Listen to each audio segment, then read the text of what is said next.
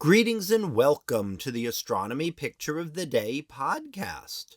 Today's picture is titled Artemis II, Flight Day 6. So what do we see here? Well, here we see an image taken on day 6 of the Artemis II mission during its lunar flyby. And here we see in the image the craft itself to the left-hand side, and that is known as Intrepid, the Orion spacecraft named Intrepid. And at this point, it was about over 400,000 kilometers from Earth. Now, what that means is that the Artemis II crew set a new record for the greatest distance from Earth ever traveled by a human being.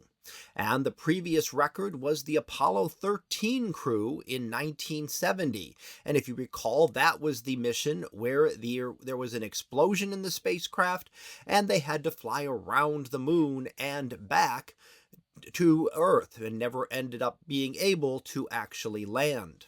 Now, what we have here is an image taken by this solar array wing camera.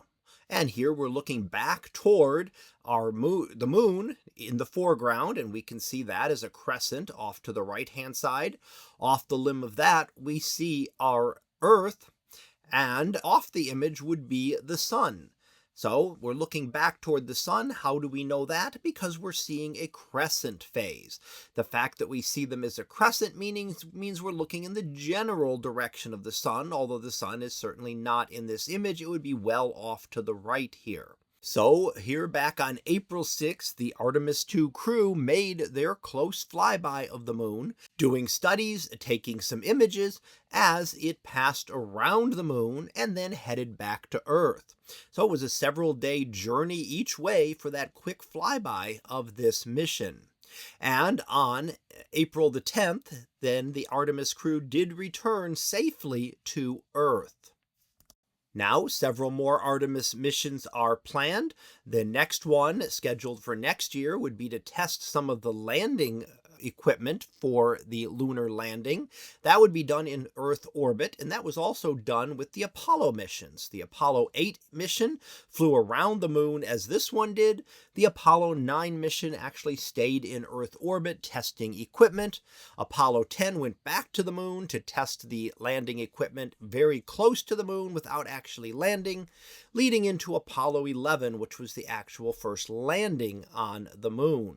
So we have that mission scheduled for next year, and then if all goes well the following year, we would have astronauts actually returning to the moon and landing on the moon in preparation for building a base on the moon. So just as we started with building the International Space Station, a base to start on the moon is planned as well.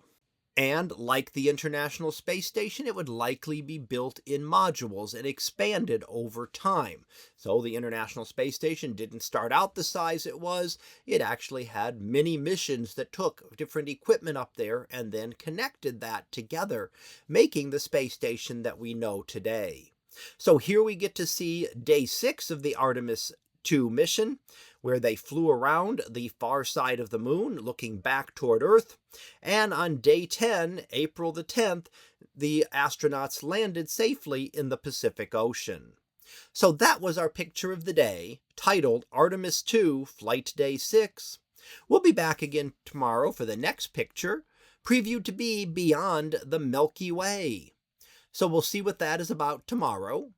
And until then, have a great day, everyone, and I will see you in class.